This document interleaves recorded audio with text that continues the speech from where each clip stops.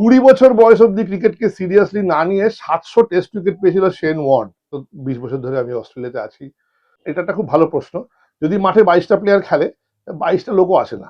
Australian pitch আর Indian পিচের মধ্যে basic difference কি আছে? আমি লিখে দিতে পারি, নাম ঠিকানা দিয়ে দিন, আমি লিখে দেবো। সেটা কোনদিন ক্রিকেটের ভালো লেভেলে হবে না। যে 12 নম্বর প্লেয়ার যে কিনা খেলবে না সেদিনকে, সেটা কে হবে, তার বাবা মা কিরম ভাবে রিয়াক্ট করবে, কোচও কোচিং করছে না, এটা খেললি না কেন, মাথা নিচু করে খেললি না কেন, control the controllables. Hello everyone, welcome back to a brand new cricket blog. আজকে আমরা এসেছি এক্সেল স্পোর্টসে। তো এক্সেল স্পোর্টসে ইতিমধ্যে কিন্তু তোমরা অনেক ভিডিও দেখে নিচ্ছ, ঠিক আছে? তো স্বাভাবিকভাবেই মনে একটা প্রশ্ন জাগে, সেখানে হচ্ছে মার্কেটে এসএস, এসজি, ডিএসসি অনেক রকম ব্র্যান্ড রয়েছে। Why to choose Excel Sports? এটা কিন্তু আজকে আমাদের আলোচ্য বিষয়, ঠিক আছে? তো আজকে আমরা যাকে পেয়ে গেছি, he has travelled almost 9,000 kilometre all the way from Australia. তো পরিচয় করিয়ে দেব, মিট মিস্টার সিদ্ধার্থ ব্যানার্জি। নমস্কার, আমি সিদ্ধার্থ ব্যানার্জি। আপনাদের সঙ্গে কিছুটা সময় কাটানোর জন্য আজকে এসেছি। Thank you so much sir. Thank you. Cricket অনুযায়ী আমার, যদি অনেকেই জানেন, আমার নতুন করে বলার কিছু নেই। আমি বহু বছর কলকাতায় ক্রিকেট খেলেছি। ফার্স্ট ডিভিশন ক্রিকেট, সে একদম বড় ক্লাব থেকে মাঝারি ক্লাব অবধি বেশ কয়েক বছর খেলেছি। তারপরে ধরুন একটা সুযোগ এসেছিল আমার জীবনে, এমআরএফ ফাউন্ডেশনের ডেনিস লিলি শান্তিনিতে আসা অ্যাজ এ ট্রেনি। তারপরে পরবর্তীকালে রবি শাস্ত্রীর সঙ্গে একটা রবি শাস্ত্রীর আন্ডারে ক্যাপ্টেন্সিতে আমি এমআরএফ ইন্ডিয়া 11 খেলেছিলাম। এইসব চলছিল কলকাতায়, কলকাতা ভারতবর্ষ জুড়ে। মুম্বাইতে কাঙ্গা লিগ খেলা চলেছিল। তো ঘরোয়া লেভেলে এরকম চলছিল। এই করতে করতে তারপরে ধরুন কিছু বাইরে যাওয়ার সুযোগ আছে, অস্ট্রেলিয়া ক্লাব ক্রিকেটে খেলতে যাওয়ার সুযোগ আছে, পার্থ, ক্যানবেরা, সিডনি, মেলবোর্ন। তো সেটা খুব ভালো ক্লিক করে যায়। ইউকেতে যাই, সেখানে গিয়ে খেলি। সব মিলিয়ে মিশিয়ে এরকম হঠাৎ করে ভারত থেকে আস্তে আস্তে বাইরের দিকে খেলা বেড়ে যায় আমার। আম, এই করতে করতে এখন তো গত 20 বছর ধরে আমি অস্ট্রেলিয়াতে আছি। অস্ট্রেলিয়া ঘরোয়া ক্রিকেটে খেলি। অস্ট্রেলিয়ার এই বছর আমি অস্ট্রেলিয়ার যে 50 রাজ্য দল ভিক্টোরিয়া আছে, ভিক্টোরিয়া রাজ্য দলের হয়ে ন্যাশনাল চ্যাম্পিয়নশিপে খেললাম। সে এক অদ্ভুত অভিজ্ঞতা। আর প্রথম বাঙালি হিসেবে যেহেতু করা, সেহেতু তার মধ্যে একটা একটা গা ছমছমে শিহরণ তো আছেই। তো সেই একটা খুব গর্বের মুহূর্ত ছিল। এই বছরই হাইলাইট ছিল সেটা। তারপরে ধরুন এবছরই অস্ট্রেলিয়ার যে নর্থ কুইন্সল্যান্ডে যে মাস্টার গেমস হয়, সেখানে আমরা সোনা পাই। সেটা আমি ম্যান অফ দ্য সিরিজ হই, উইকেট পাই, রান করি ইত্যাদি। তো এই বছরটা সত্যি খুব ভালো গেছে আমার 2025। এইটা নিয়ে গত ধরুন প্রায় নয় নয় করে 20 বছর তো হয়ে গেল। মাঝখানে একটুখানি গ্যাপ ছিল যদিও, কিন্তু অ্যাজ এ প্লেয়ার এবং অ্যাজ এ কোচ অস্ট্রেলিয়ার মেলবোর্নে আমি থাকি। তো সেখান থেকেই আমার ব্যাপ্তিটা ছড়ায়। এই তো তোমরা প্রত্যেকেই শুনলে, স্যারের কিন্তু একটা ভাস্ট এক্সপিরিয়েন্স রয়েছে অস্ট্রেলিয়ান ক্রিকেটের ব্যাপারে, ঠিক আছে? তো এবার সেটার বেশ কিছু ফ্যাক্টর থাকে যেগুলো ক্রিকেটকে কিন্তু প্রভাবিত করে, সেগুলো একটু স্যারের কাছ থেকে জেনে নেব। আচ্ছা স্যার, সবার কাজ প্রথমে যেটা আমরা জানতে চাই সেটা হচ্ছে পিচ। মানে অস্ট্রেলিয়ান পিচ আর ইন্ডিয়ান পিচের মধ্যে বেসিক ডিফারেন্স কি আছে? অস্ট্রেলিয়ার একটা বেসিক যদি পিচ দেখেন, সেটা বিভিন্ন শহরে কিন্তু বিভিন্ন পিচের ধারণা আছে। যেমন ধরুন আপনি যদি দেখেন ক্যানবেরা বা নিউ সাউথ ওয়েলসের বেশিরভাগ জায়গায়, সিডনি যার রাজধানী, বা ওইখানকার যে পিচগুলো আছে, সেটা মেলবোর্নের পিচগুলোর সঙ্গে অনেক তফাৎ আছে তার।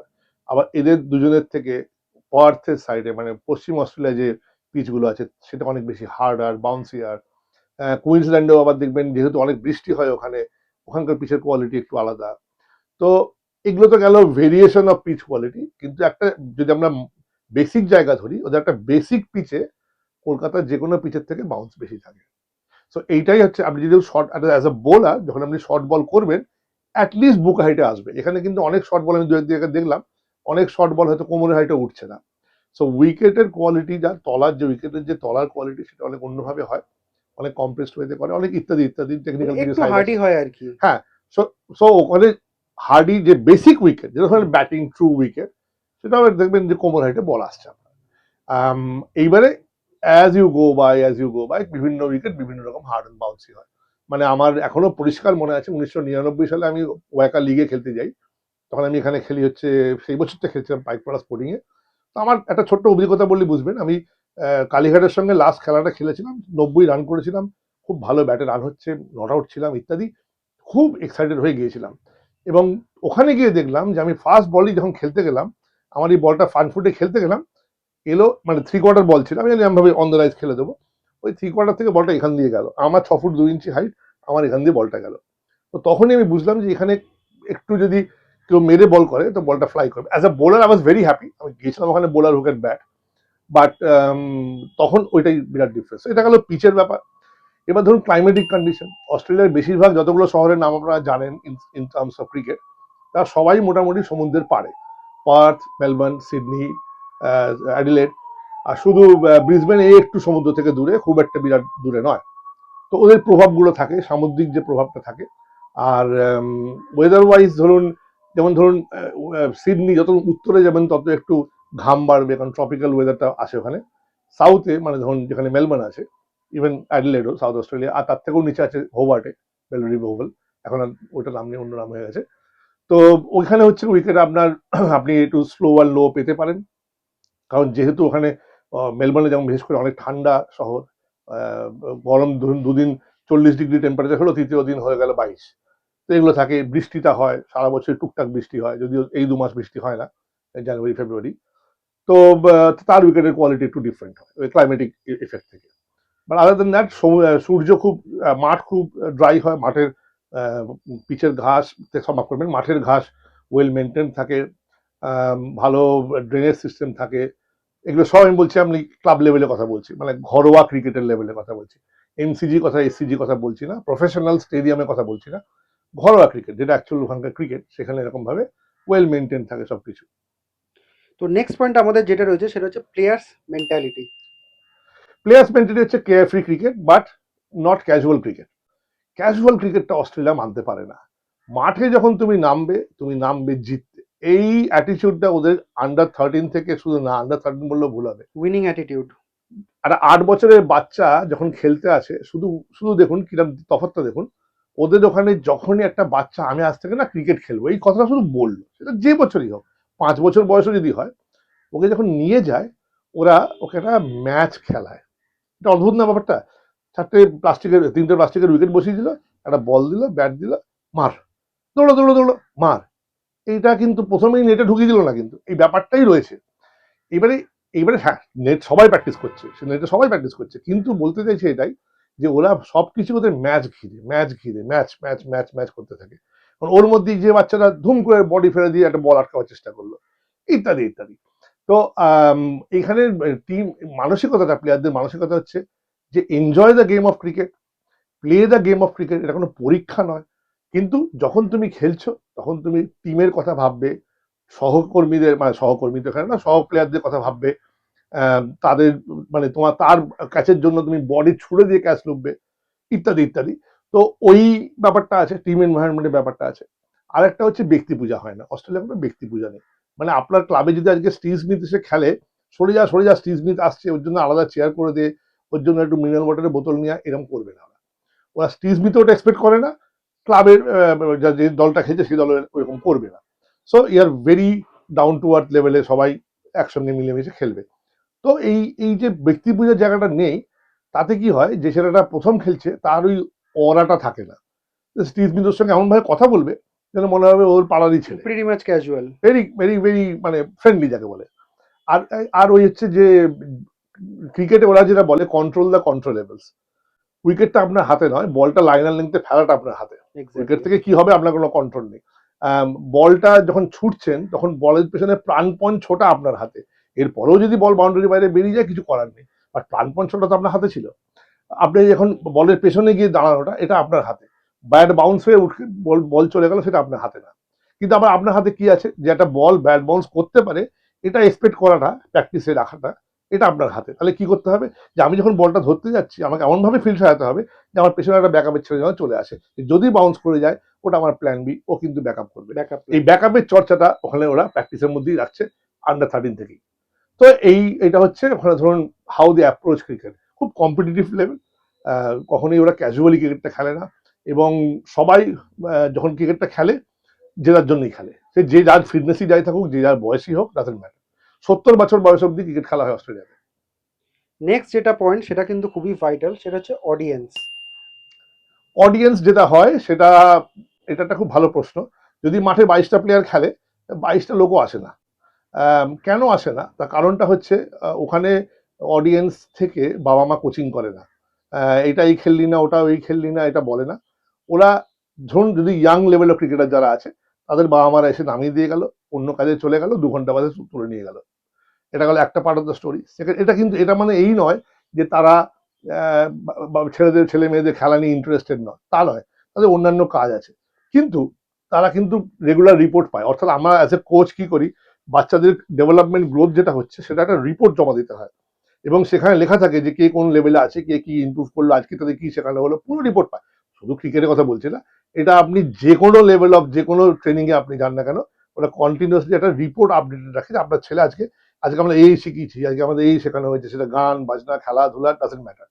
তো ওই রিপোর্ট আপডেটটা পায়, এবং তারপরে ম্যাচে তারা আসে, ম্যাচ দেখতে আসে, এনজয় করে, এবং ওই মানে একটা কমপ্লিটলি ডিফারেন্ট এনভায়রনমেন্ট। ম্যাচের সময়, এটা প্র্যাকটিসের সময় বলছিলাম, আর ম্যাচের সময় বাবা মারা আসে, কিন্তু এটা জুনিয়র লেভেল অফ ক্রিকেটে বললাম। সিনিয়র লেভেল অফ ক্রিকেটে অনেক সময় ম্যাচের সময় বাবা মারা যায় না, কারণ তুমি যাও খেলো, আমার এত কথার দরকার নেই তো, ইউ গো অ্যান্ড অ্যাচিভ। তোমার কোনো বাইরে থেকে ওরকম মোটিভেশন লাগে না, মোটিভেশন তোমার টিম শর্তিৎসরা, মানে ওরা খেলাটাকে এত এনজয় করে, they are beautifully motivated because they want to play as a team. এইবারে যদি কেউ সিরিয়াস লেভেল অফ ক্রিকেটটা খেলে, সব খেলাতেই বাবা মা পেছনে ছুটছে, সব খেলোয়াড়ই স্টিভ স্মিথ, রিকি পন্টিং হবে, এটা এক্সপেকটেশনও নেই, এই ধারণাটা ভাবনাটাও নেই, তাহলে কোনো প্রেশার থাকছে না।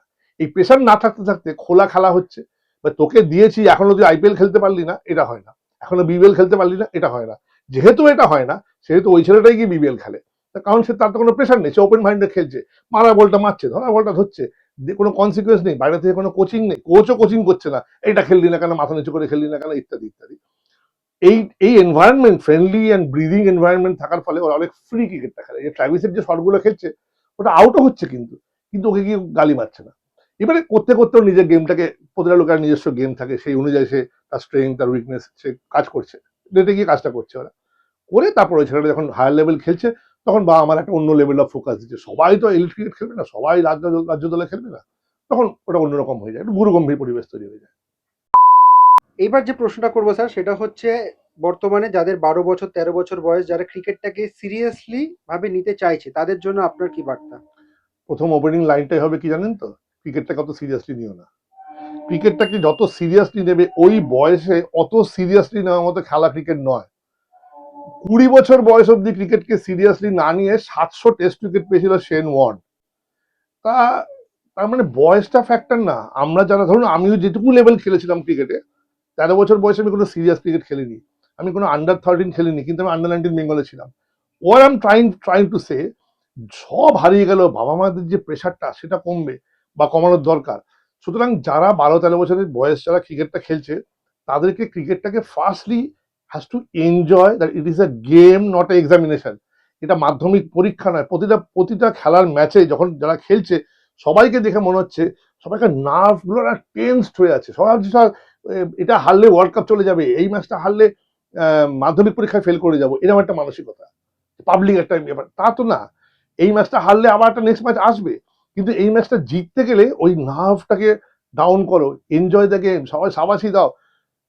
অপোনেন্ট যখন মারতে শুরু করছে, তখন কিভাবে চিন আপ করে রাখা যায়, কিভাবে উদ্বুদ্ধ করে রাখা যায়, এইটা একটা টিমগত। এবার আমার মনে হয় যে যেহেতু তারা 12-13 বছর বয়স, তাদের কোচেরা থাকবে, তাদের অভিভাবক থাকবে, they play a massive role, guardian আর coach play a massive role, they play the massive role of controlling the temperature of the team. যে এই যে বাচ্চা ছেলেগুলো খেলছে, একের ওপর সঙ্গে ঝগড়াঝাটি করবে, রাগারাগি করবে, তুই আমার ক্যাচটা ফেলে দিলি, তার জন্য গিয়ে হলো, নিজেদের মধ্যে রাগ ফাগ, এই এই এনভায়রনমেন্টটা যদি বাইরে গিয়ে দোষারোপের এনভায়রনমেন্ট যাতে না তৈরি হয়, সেটা করা। নিজের ছেলে রান পেলো না, অন্যকে কি বলে, তুই ক্যাচটা ফেলে দিয়ে বলে আমার ছেলে উইকেটটা পেলো না। তো এই যে নেগেটিভ কোনো এনভায়রনমেন্ট যেন ক্রিকেটের বাইরে তৈরি না করেন, এই রিকোয়েস্টটা আমি করে যাব গার্জেনদের এবং কোচেদের। ফ্রেন্ডলি এনভায়রনমেন্ট যাতে বজায় থাকে। হ্যাঁ, যে কনসিকুয়েন্স ঠিক আছে, definitely everybody there has to be consequence. এবারে আমি একটা এক্সপিরিয়েন্স শেয়ার করি। একজন কোচ আমাকে এসে বললেন যে, দেখুন স্যার, এখন আমরা 12 জনের টিম করতে ভয় লাগে। কেন? যে 12 নম্বর প্লেয়ার যে কিনা খেলবে না সেদিনকে, সেটা কে হবে, তার বাবা মা কিরম ভাবে রিয়াক্ট করবে। একটা ফাস্ট বোলার সব সময় কি আর স্পিনিং উইকেটে ফাস্ট বোলার 4টে খেলাবে না? তো ওই টিমে যদি 2-3টে ফাস্ট বোলার থাকে, ধরে নিন 14 জনের 12 জনের দলে, একজন ফাস্ট বোলারকে ওরা বাদ দিয়ে 2টো স্পিনার খেলাবে। তো সেই ছেলেটা ভালো খারাপ না, জাসপ্রীত বুমরাও বসে থাকে অনেক সময়, মোহাম্মদ সিরাজও বসে থাকে অনেক সময়। সো অ্যাকর্ডিং টু উইকেট একটা টিম নির্বাচন হয়েছে। না, তাদের সমস্যা, তাহলে আমার ছেলে কেন এখানে খেলছে না, এই এই এই ব্যাপারগুলো না, একটু আগে বলছিলাম যে অস্ট্রেলিয়ান ক্রিকেট এসব থাকে না। Anyway, coming back to this, তো খেলাটাকে এনজয় করে খেলো। Keep the cricket very simple. বলটা গিয়ে একটা জায়গায় পৌঁছতে হবে যেখানে পড়লে ওই ব্যাটারটা মারবে না। কোচের সঙ্গে আলোচনা করো, সেখানে এম করে বল করো, out swing, in swing, slower, off কাটা, লেগ কাটা। এটা করার বয়স 12-13 বছর নয়। Take it simple, keep it simple. Enjoy the game. Enjoy the game. একটা জায়গা আছে যেখানে করলে মারতে পারে না, সেটা ফলো করো, বারবার বল করো, বল করলে মাসেল মেমোরি বাড়ে। যখন ব্যাট করছো, মিডল অফ দ্য ব্যাট লাগাবার চেষ্টা করো, এই হচ্ছে ব্যাট, এই মিডল অফ দ্য ব্যাট লাগাবার চেষ্টা করো। এগুলো বেসিক্স টাইপ অফ ক্রিকেট।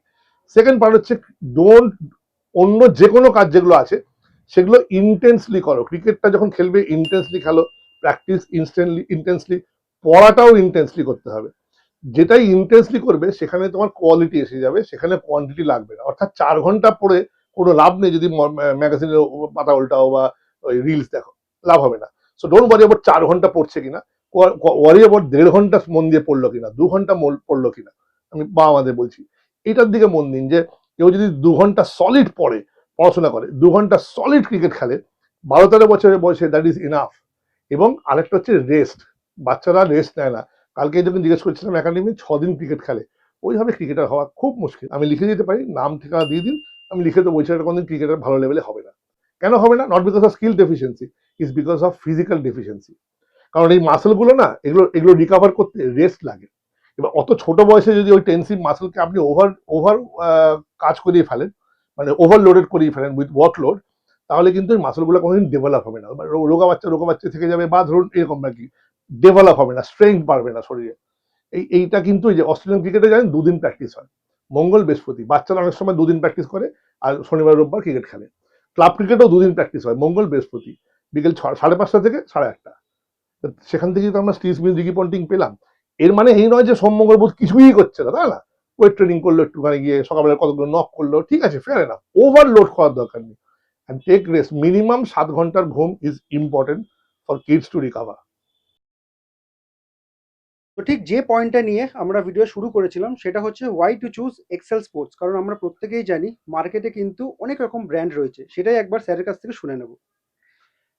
আচ্ছা স্যার, সবার প্রথম আমি যেটা আপনাকে জিজ্ঞেস করবো সেটা হচ্ছে why to choose Excel Sports. The reason is, যখনই আপনি কোনো স্পোর্টস প্রোডাক্ট চুজ করছেন, তখন আপনার মাথায় থাকে যে একটা গুড কোয়ালিটি প্রোডাক্ট, একটা গুড প্রাইস। কিন্তু এই গুড প্রাইসটা কি আর গুড কোয়ালিটি প্রোডাক্টটা কি, সেটা নিয়ে দু কথা যদি চুপ করে বলি, যেটার জন্য আমার এক্সেল স্পোর্টসের কথা ভালো লাগে, সেটা হচ্ছে দেখবেন একটা এলিট লেভেল থাকে যে কোনো স্পোর্টসে, তেমনি প্রোডাক্টও একটা এলিট লেভেল প্রোডাক্ট থাকে। তারপর একটা মিড রেঞ্জ থাকে, তারপর একটা লো রেঞ্জ থাকে, মানে স্টার্টার লেভেল, ধরুন বিগিনার্স লেভেল। তো এই 3টে রেঞ্জেরই এক্সেল স্পোর্টসে, এই ব্যাটারির ক্ষেত্রে বিশেষ করে, প্রোডাক্টস রয়েছে।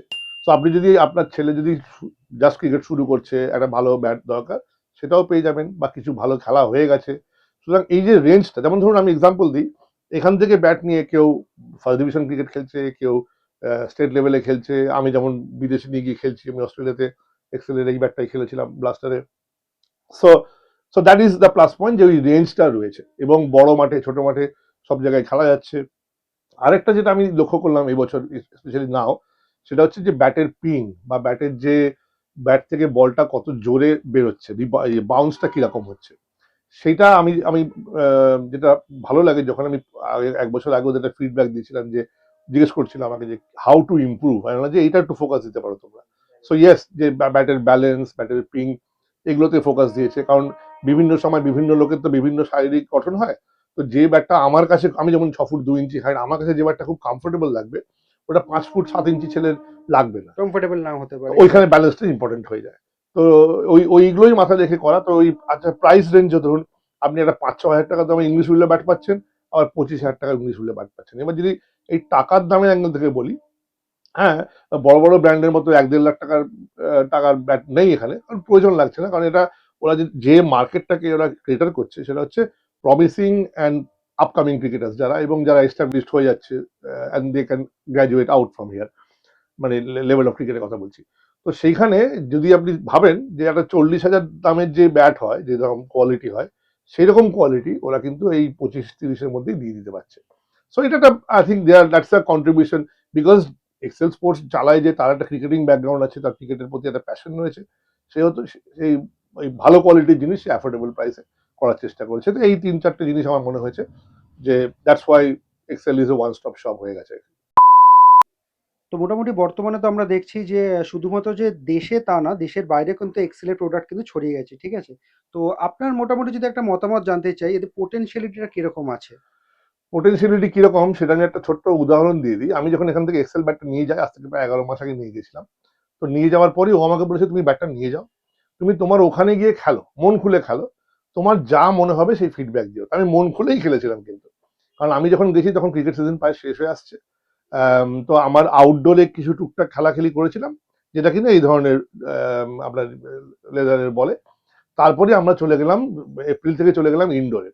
এবার আপনারা জানেন কিনা জানি না, ইনডোরে যে বলগুলো খেলা হয় সেগুলো মোটামুটি অনেকটা ওই হকির যে বলগুলো হয় সেই হকির বলগুলো দিয়েই হয়। তো ওই ধরনের বল হয়।